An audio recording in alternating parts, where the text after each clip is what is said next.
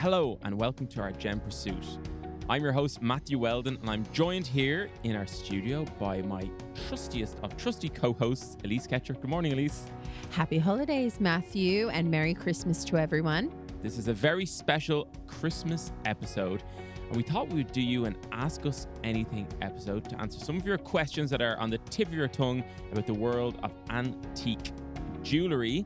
And we've got lots of feedback through TikTok, through Instagram, and we've got emails in. So thank you much for your feedback. Alyce, let's get straight into it.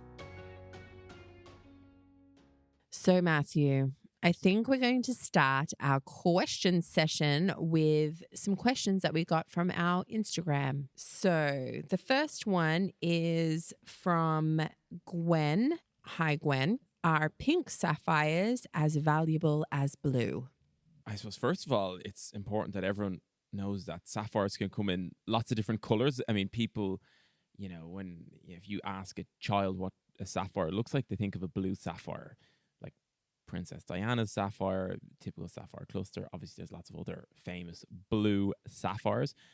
But sapphire is actually the family of that rock, and let's not forget this is a rock, of course, is called corundum.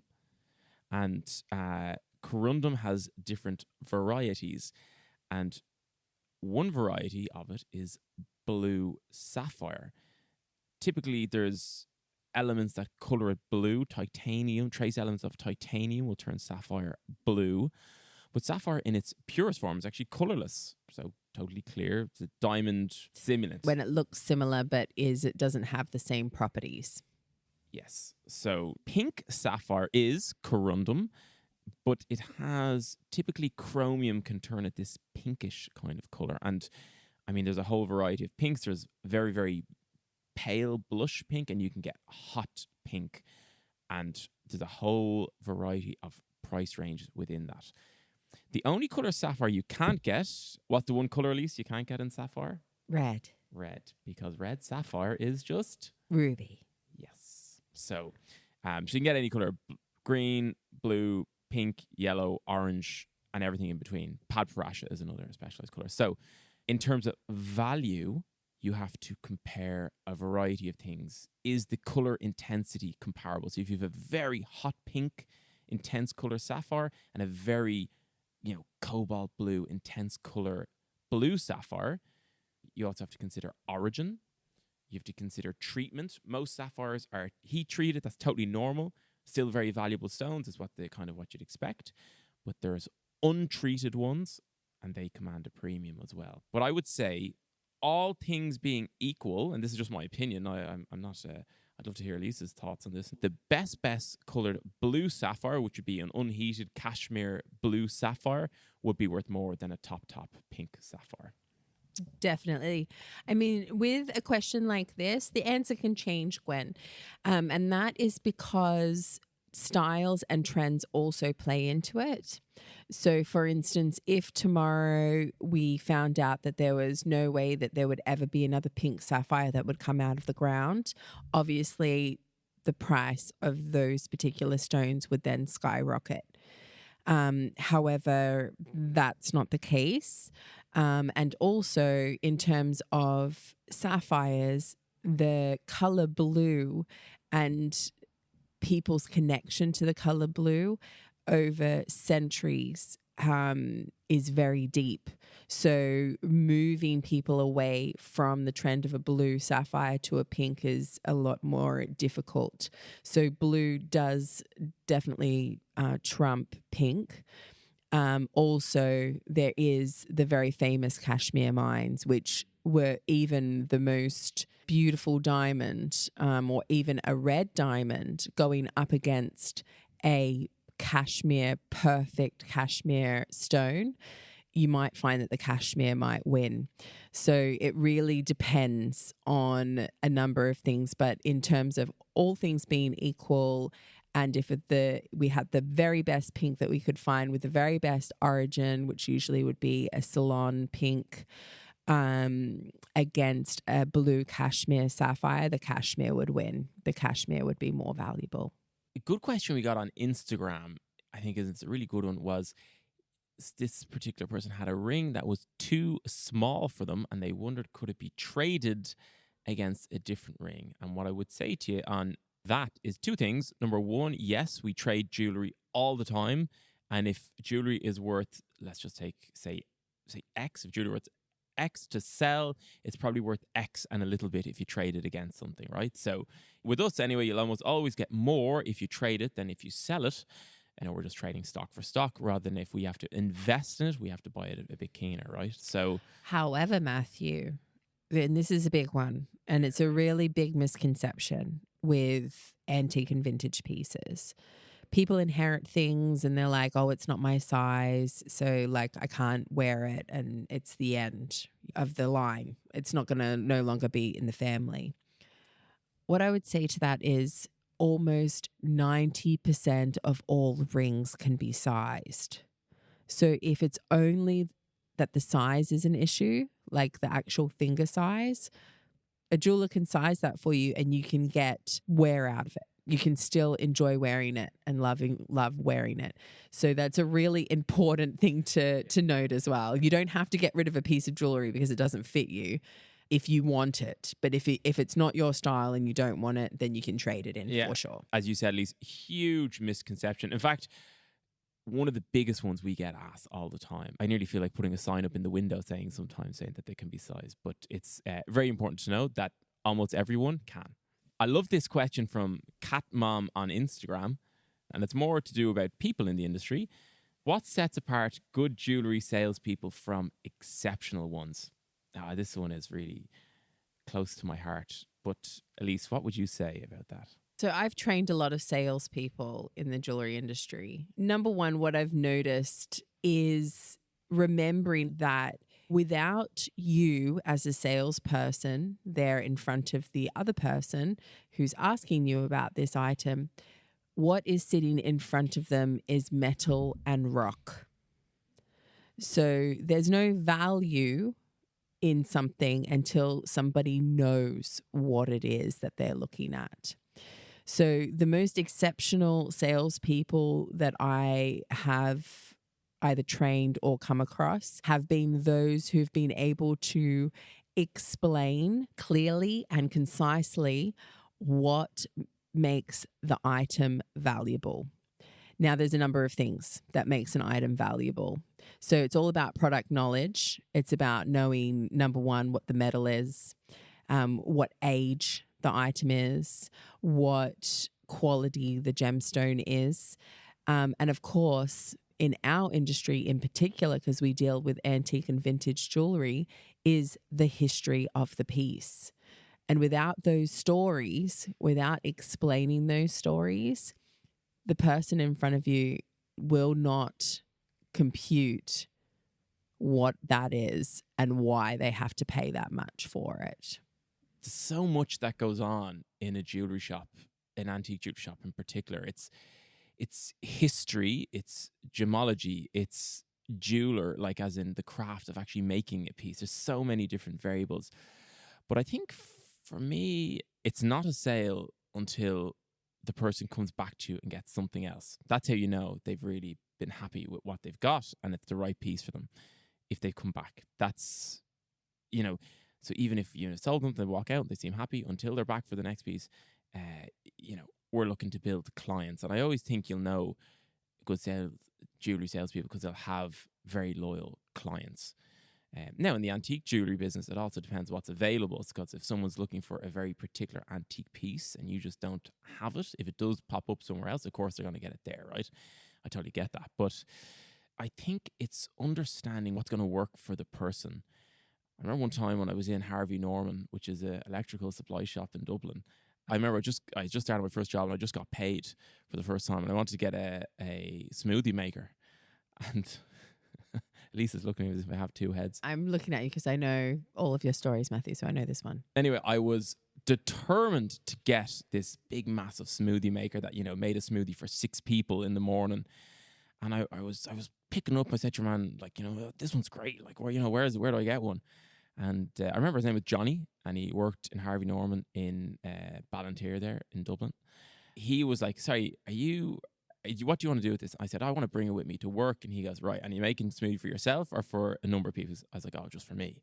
He's like, right, this is the one you need. And it was €30. And the one I was looking at was €200. He nearly had to debate me just to actually buy the cheap one. And I've had it for years and I have used it thousands of times. And knowing what's going to work for the client is super important. Now, jewelry is a bit different because it's aesthetic. It's what you like. It's not a functional purchase. But helping people get the right pieces, and when they do, they'll come back to you. The people who can do that are the best salespeople, in my opinion. I still have a few stories, Alyce, you haven't heard. I don't think so. Nor do I think there are any jokes which you have told me that I have not heard 18 times. Why are pirates called pirates? They are. They just are. There you go. See? What did the pirate say on its 80th birthday? I'm 80. I'm 80. See, I know it all. Oh God.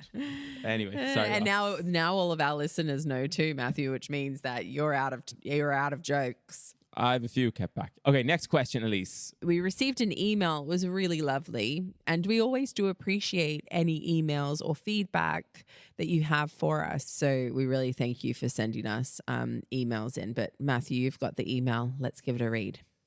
It's from Brooke Wendell, who is from Indiana in the USA, and she's been listening to us since 2020. The question is, being in the industry yourselves, if you are collectors, yes, you too, Matthew, is your collection made up of mostly artisan, small business, antique pieces, or do you have a few designer, mass-produced pieces in your collection? Also, do you have a preference on jewellery coming from either of those places, or do you see something you like and the rest doesn't matter? And I think that is a really fantastic question, Brooke. So thank you very much for sending that in. Alyce, where do you stand on this one? I love this question. Thank you, Brooke, because we do seldomly get asked about what we collect ourselves. And I have touched on it in the past, but for me personally, because I'm around jewelry so much and because I have worked in the industry for a very long time now, when I first started in the industry, I collected just things that I took a fancy to straight away. So I have a Victorian day-night heart lock bracelet, which I purchased for scrap back when I first started, and that was £270. So I wish that was a while ago. So I wish I had have bought more of that. I also bought a Art Nouveau ring that I saw that came through the scrap as well, that was going to be scrapped, and it had a little diamond in it. And then I bought little pieces of mass-produced jewelry, but this was when I very, very first started out in the industry. I would have been 18, so that's like 20 years ago now. And then I also, like, as you grow, you see more and more and more, you understand your tastes more and the things that are going to suit your skin tone and not just what the fads, the kind of trends are of the day. So now, what do I collect? Firstly, I collect things or items that are Mizpah items, because my mother's name is Mizpah. And Mizpah is actually a Bible verse in Genesis. It means watchtower. May God watch between me and you while we're apart from each other. So this particular Bible verse was written at the end of letters during wartime, and jewelry pieces were made and given to loved ones who were left behind. So it could be sailors, it could be soldiers, it could be anyone who was going on a long journey and leaving their loved ones behind. For me personally, my great-grandfather used to write it at the end of his letters to his wife when he was away at war. And so their daughter, who is my grandmother, named her first child Mizpah, which is my mum's name. So Victorian pieces that are unusual, that have Mizpah written on them, are things that I collect. So I have pins. Matthew found a really beautiful 18-karat gold Mizpah ring which is really hard to find for me. I think that one was like from 1890s. I've also found Mizpah items for my sister so that she can have a Mizpah ring as well. I have a pin that my great grandmother has that her husband gave to her that has Mizpah written on it as well. And I'm always on the search for other Mizpah items that are unique, because there's a lot of silver mass produced pieces and I'm not interested in those. I'm interested in the pieces that are quite quirky and unique.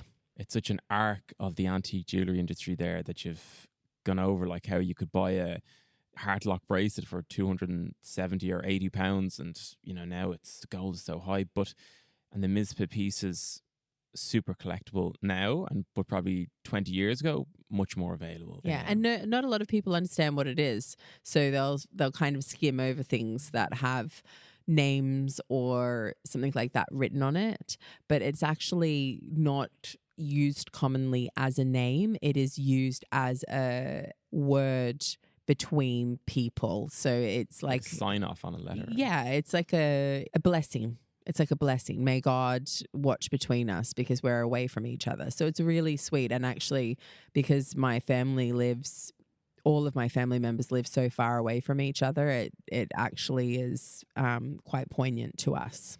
The question, between do we like things made up of mostly artisan or small business antique pieces, or mass produced or designer pieces? Like, designer pieces are different to mass produced pieces, in my opinion, as well. So I'd always try to collect antique small business pieces, right? But actually, it's nothing to do with it being antique. Now, my mum always did collect 15 karat gold. 15 karat, yes, you heard me correctly, everybody. 15 karat is an old standard of gold that you get in the UK and Ireland. And the reason my mum always collected it is because they stopped making it in the 1930s, and therefore you're guaranteed that it's an antique piece, or an old piece anyway. Antique has to be 100 years old, so it might not quite be antique yet, but typically these 15 karat gold pieces are late 19th century, mid to late 19th century. But it's deeper than that. And it's, why do we deal in antique jewellery? And I think this really gets to the heart of the matter. We don't deal in antique jewellery because, we like old things. I love history, right? So, I like old things. Yeah, so in our case, it actually is true we like the old things. But the reason I deal in antique jewellery is not because it's old. It's not, it's old. The reason I deal in antique jewellery, or we deal in antique jewellery, is because I genuinely believe that it's better. So it's all handmade, by artisans who their life's work and their reputation, their status in society, everything was based on how good their work was. Definitely. Also, we search for the very, very best antique pieces, because there are terrible pieces out there that are antique as well. So like, there is a standard, we don't go, oh, okay, definitely, I love that beautiful bar brooch from the Victorian period that has beautiful lead solder on it. Absolutely not. That's gone. That's not for us. But it's really important that people understand, and this is especially when it comes to antique jewelry, is that we're looking at a lost art form a lot of the time when we're looking at the way, number one, gemstones are set. The settings are so low.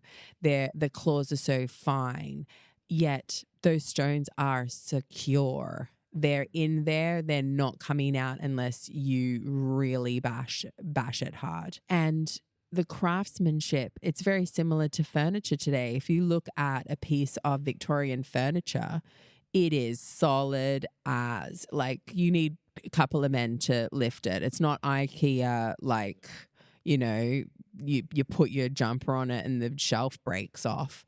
I mean, we're looking at things that are carved out of beautiful solid wood. And we've also got carved work on the legs, on the back of on the arm, what are they called? The arms. The arms. Arm handles. The arm handles. What is that called? The side arm rest? Armrest. Yeah. Armrest. Oh my. See, we're jewelers. We're not furniture people. But those little details that you see on Victorian furniture, we see also on jewelry, but it's at a microscopic level, and it's so beautifully done. And we're seeing the ripple effects of somebody else's passion from over 100 years ago. That's amazing. And it's still here for us to see. It's like standing in front of, you know, any of the crazy archaeological sites that you might stand in front of, like the pyramids. You're standing there and you're looking at the craftsmanship of people thousands of years ago. Well, we're wearing pieces of art that people created 100 years ago. That's what we do. We sell pieces of jewellery that are art forms from 100 years ago. And there's never going to be another one of them. So it's your own personal wearable art piece. But what do you collect, Matthew? What are the things that you collect? Well, my collections, so they're antique. They're only designer if you know, I like them anyway. You know, we bought a Cartier bracelet the other day. We didn't buy it because it was Cartier. We bought it because we liked the bracelet. You know, the pieces I have are the same. I have a claddagh ring. It is very high carat. It's 18. It could be even higher, to be honest, which is not marked. But it says on the inside of it, the holy year, 1950. And I'm not sure why 1950 was a holy year. And it fits on my pinky finger. It's yellow. It's the little hands on it are kind of rubbed. And then you've got another ring as well, which is a signet that you always wear as well. Yeah, I have a signet ring that I got from one of our neighbours here in Powerscourt, Monte Cristo. It is a French signet ring, but it has 3 shamrocks in the coat of arms, which I think is quite interesting. I'm not sure what the connection is there exactly, but it feels like it's home. So they're the things they're the only 2 pieces I have. Everything else is for sale. Oh, actually, that's not true. I do have 2 other things. I have these.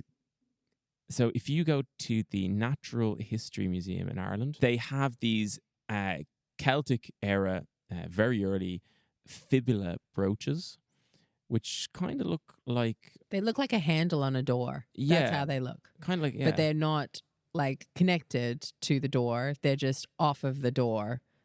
Like a handle that is connected top and bottom, and you'd like pull the door open with the Yes. door. Yeah. It looks like that, but it's a brooch. Well, that's a much better succinct description than I was going to say. Yeah, I don't think everybody would have understood what it was at the end of what your explanation looked like. I was going to say face. 2 gramophones. If you took the 2 gramophones and they connected them with a rod. Anyway, never mind.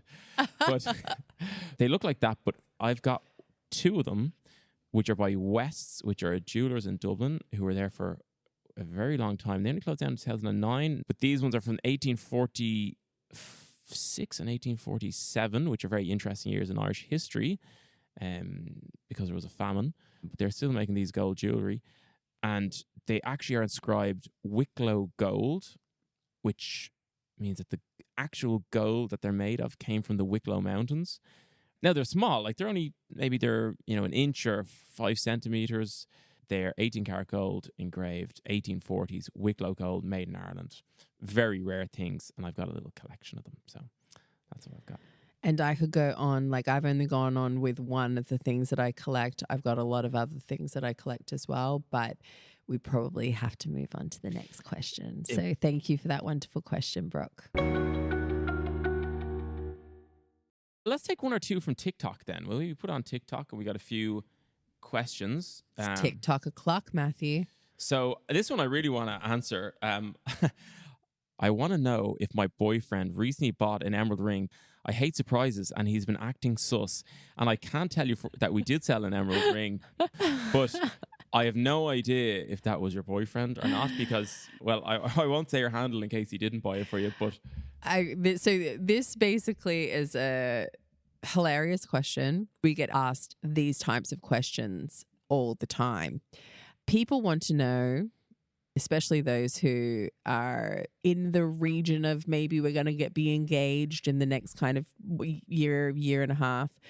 We have people who come in, ladies who come in and they search for rings and they leave hints. And we've had another client of ours before who had literally taken down every measurement of the ring, the stone in one particular ring.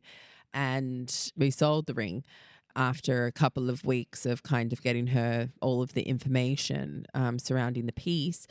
And another lady came in one day, saw the ring and was like, that's the one for me, and purchased it. We then got an email from the first lady saying, did my boyfriend buy that ring? I know he's bought the ring because it's come off of your website, and I'm so excited.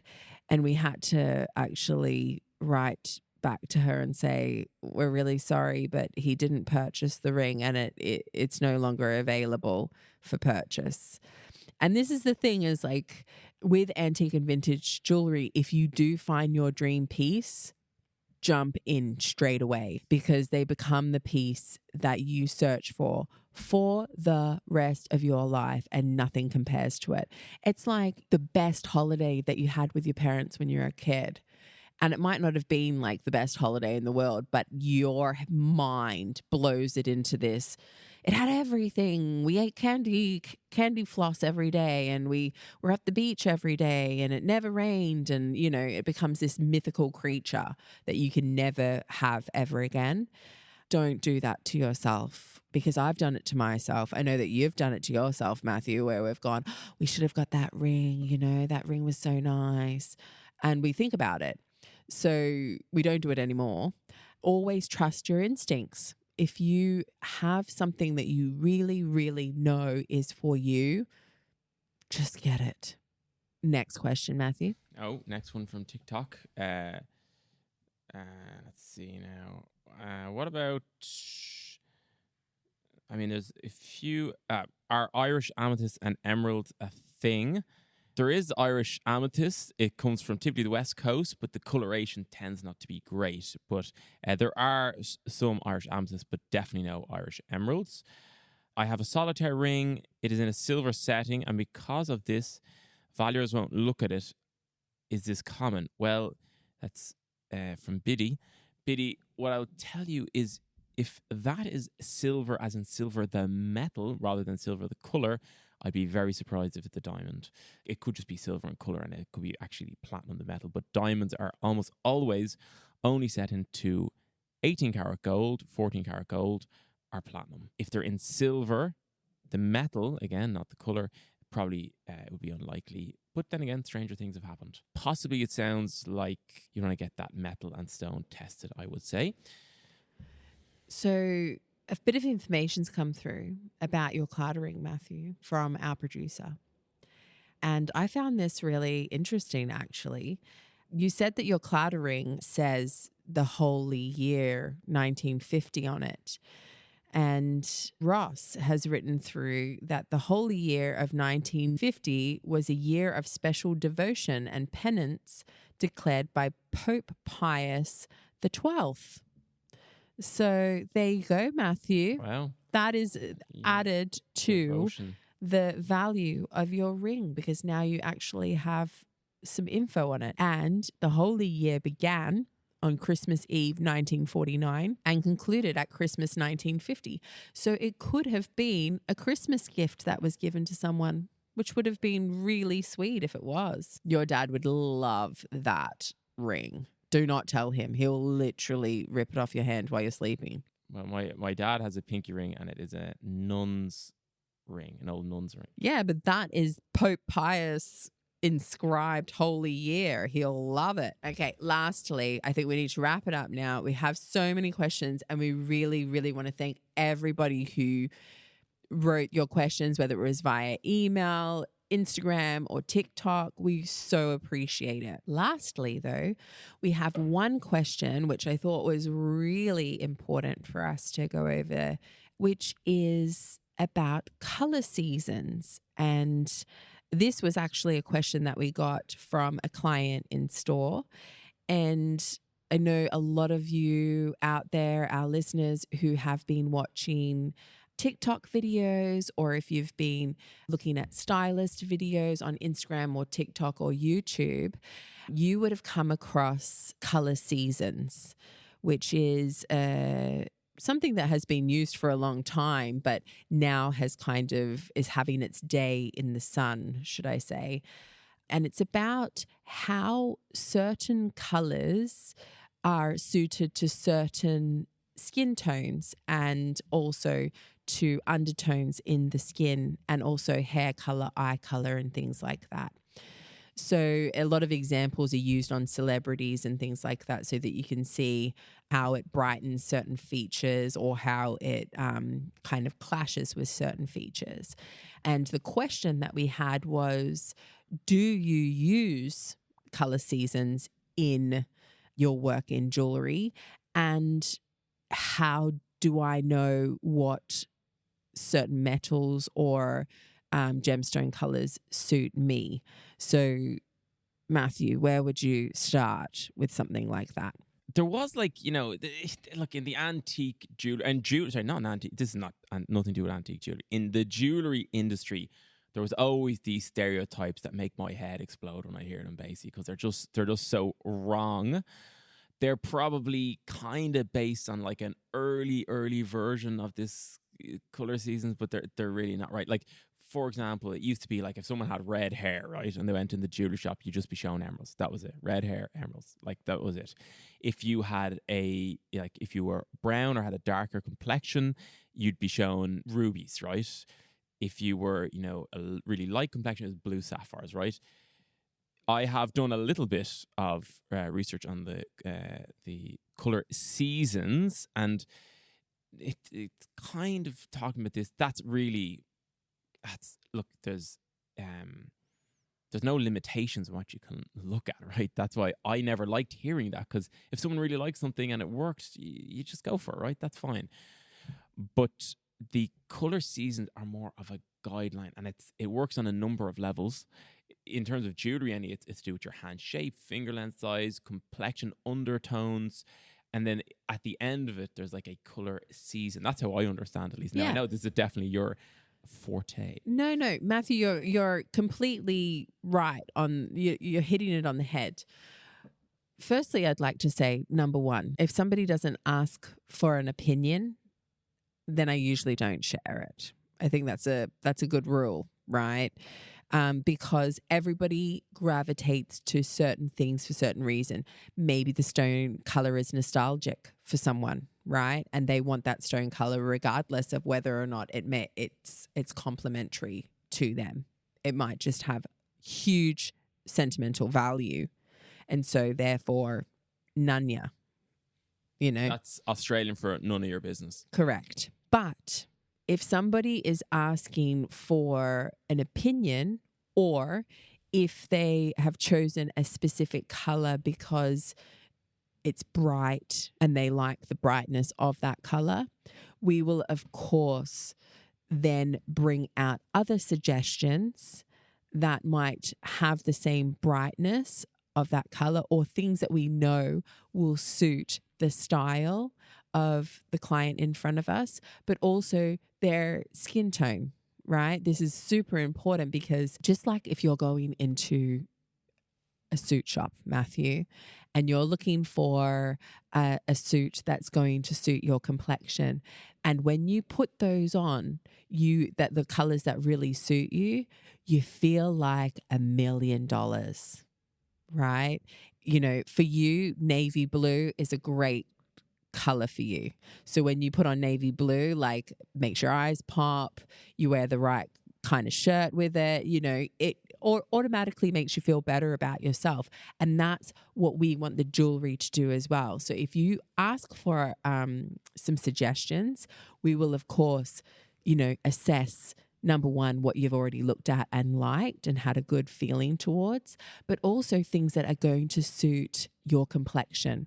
It's super important, because those two things will go hand in hand. And you, again, if it's the right coloration for you and the gemstone is on the hand and it pops, you're happy, we're happy. That's what's most important. We want you to walk out feeling like you just got a suit that you can wear and feel totally 100% confident in, and also going to love forever, because it suits you, your personality, and also your skin tone, your hair color, your eye color, and makes all of your features pop. Well, amazing feedback there. Look, just blown away really by all the questions that we got there. So thank you for everyone for taking the time out of your busy schedule to write the emails, the comments, the messages that we got. And don't be afraid to keep the questions coming at experts@courtville.ie or visit us on Instagram at courtville. This episode was produced by Ross Hannon of Tape Deck with project management and research by Veronique. To my trusty co-host, Alyce, thank you for a great episode. You're welcome, Matthew. Merry Christmas to you and a Happy New Year. And a Happy New Year to every single person listening. We wish you all peace and prosperity. And we will be doing some really exciting stuff soon. We have got a live episode, 2 live podcast episodes coming from the Miami Beach Antique Show. We are doing an episode on Murph the Surf, a notorious jewel fiend who worked down in Miami. We'll also be doing Tales of the Trade, and they will be coming very soon. So make sure you are subscribed to Gem Pursuit to keep up to date with the latest episodes. And I look forward to talking to you all very, very soon.